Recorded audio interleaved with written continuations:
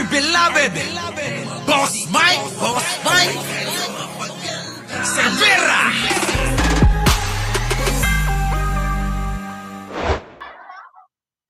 Na biktima na ng fake news si Presidential Communications Office Undersecretary at Palace Press Officer Claire Castro. Kumalat kasi sa social media na kapatid daw niya si ACT Teachers Party List Representative Franz Castro. Oh, kita nyo? Eto matindi mga kababayan. Kilala nyo ba kung sino nagpakalat niyan? Yan ang ating alamin mga kababayan. Magugulat kayo kung sino. Wala sana si Kicks TV dito. So, eto na mga kababayan, handa na po ba kayong malaman? Mga kababayan, handa na po ba kayong malaman kung sino nagpakalat na ito daw si Attorney Claire Castro ang ating bagong spokesperson sa Malacanang?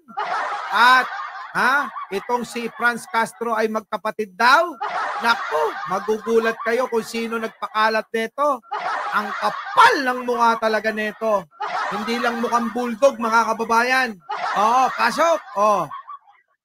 Na biktima na ng fake news si Presidential Communications Office Undersecretary at Palace Press Officer Claire Castro. Naku, ano yan? Ano yan? Biktima na naman ng fake news mismo. Yung ating kauupo lang na Malaala Miriam. Walang iba sa katauhan. Ni Claire Castro, ang ating USEC at spokesperson. Mga kababayan, sino kaya nagpakalat niyan? Alamin natin. Kumalat kasi sa social media na eto!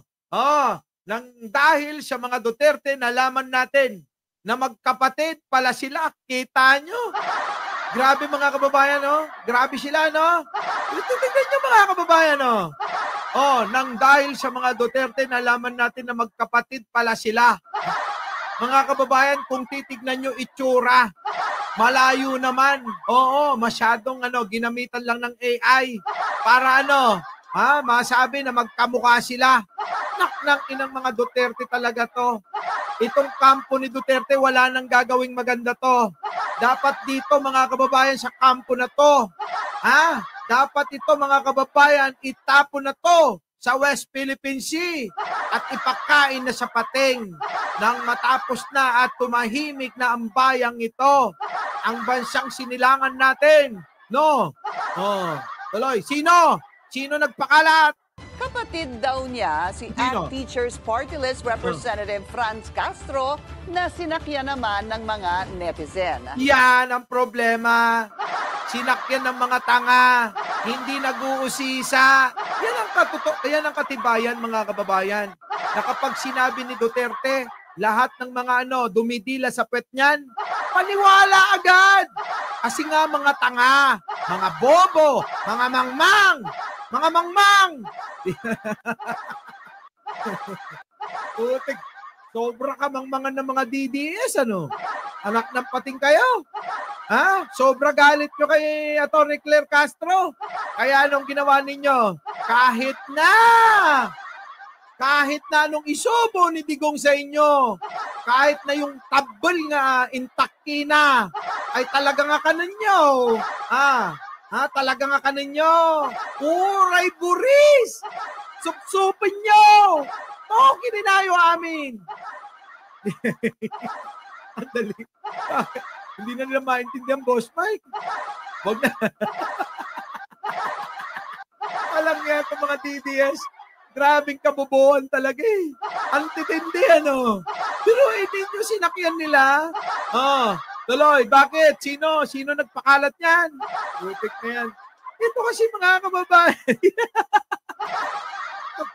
Tubulyami, di ba? Kantahin kaya nila. Tubulyami. Ano ba yung kanta na yun? Tubulyami. Kung may, ice cream,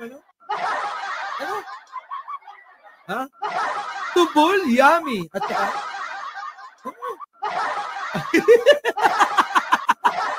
hindi alam. May kantang ganun. Yung ice cream yummy. Ice cream, yeah. Tubol yummy. Tubol, yeah. Buris yummy. Buris, yeah. Ayun. Ice cream yummy.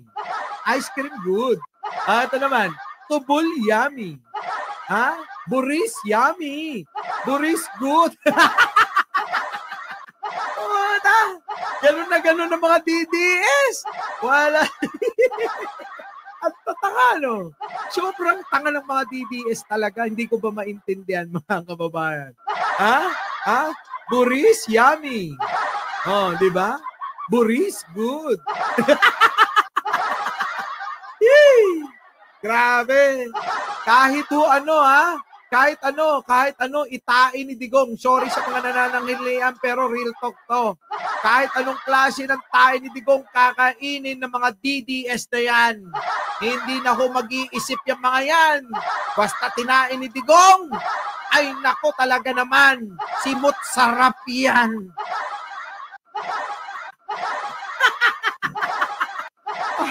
Sa madaling salita, mga kababayan, sila po ay talaga nuknukan talaga ng katangahan, nuknukan ng kabobohan, nuknukan ng kamangmangan. Eto na. Sino ba nagpakalat netong mga tatangan-tangan to? Sino, Boss Mike, nagpakalat? Teachers Party List Representative Franz Castro na sinakyan naman ng mga netizen. Galing ang post sa umano'y Facebook page ni Sagip Party List Congressman Rodante Marcoleta. Puta! Galing pala kay Marcoleta eh! Idol, bakit? Bakit, Idol? Idol Marcoleta, nung ginawa mo? Tokin naman! Basta ka mag-emot! Putik, nagpapakalat ka ng fake news! Tandaan nyo, number 1 fake news! Sino? Di si Digong. Sino ba? Si Marcoleta. Marcoleta naman, Ano ba? Sasabihin na naman ni Marcoleta, hindi ko alam yan. Lulusot na naman. Anak ng pating, matapos mong ipakalat, lulusot ka na naman. Tulad ng walang West Philippine Sea ka mo. Tapos lumusot-lusot ka ng kung anong ginagawa mo. Pero tingin ko, hindi na yan magsasalita. Kahit anong gagawin niyang katwiran, hindi pa rin naman siya mananalo. Di ba? Mananalo ka ba, Marcoleta? Sige nga, hindi ka mananalo. Taga mo sa ulo ni Bato. Kahit anong gawin mo, uray ag pugi-pugi itkag paagbagatan ag paamyanan, ag padaya ag palaod, awan lata. Paki-translate na lang. Uray kadwaan na pa'y kuyadyad ko na yo Di ba? Uray kadwaan pa'y ag kuya-kuyadyad ka. Awan lata. Eto, Marcoleta, sa ginawa mong yan, alam mo, hindi lang ikaw ang mapapasama dyan. Pati yung mga yung mga kaibigan natin sa iglesia. Bakit? Kasi isipin ng mga tao, akala ko ba kayang magpanalo ng iglesia? Bakit si Marcoleta? Sinuportahan ba o talagang iniwan nila? Di ba? Yan lang mga kababayan. Di ba? Si Marcoleta pala tuloy. Sa umano'y Facebook page ni Sagip Party List Congressman Rodante Marcoleta na tumatakbong senador sa midterm election. Yun, tumatakbo daw. Kulang ho ako. Kayo naman, di na kayo nasanay sa akin. Alam niyo naman ako kapag nag-vlog, intense. Intense to. Di ba? Siguro naman. Oy, libayan. Paano to? Ginawan ng fake news ni Marcoleta. Kakampi mo yan. Sino ngayon ng fake news? Di ba kayo? Pagtanggol mo naman si Marcoleta. Libayan. Pagtanggol mo si Marcoleta. At saka sino pa? Eto, pagtanggol mo to. Ayan. Wait, ito. Nasaan na yun? Ito. Yan, ama ng fake news. Diba idol mo to? Yan, pagtanggol mo yung dalawa na yan. Diba? Kaysa binabanatan mo, sino? Si Yusek? Spokesperson? Diba? Binabanatan nilang ng grupo ni Libayan, sino? Si Attorney Claire Castro lang naman. Kailangan na ng sakay-sakay na lang? Anak ng pating. Ama ng fake news! Si Marcoleta, Ang alin? Nanay ng fake. Ama, nanay. Ganun ba? Nanay si Marcoleta. Putik na yung mga kababayan. Sila pala nagpakalat nito, yung Sagip Party List na pinamumunuan ni Marcoleta. Putik Marcoleta. Nakakahiya ka na. Dati idol kita, pero ngayon idol pa rin kita.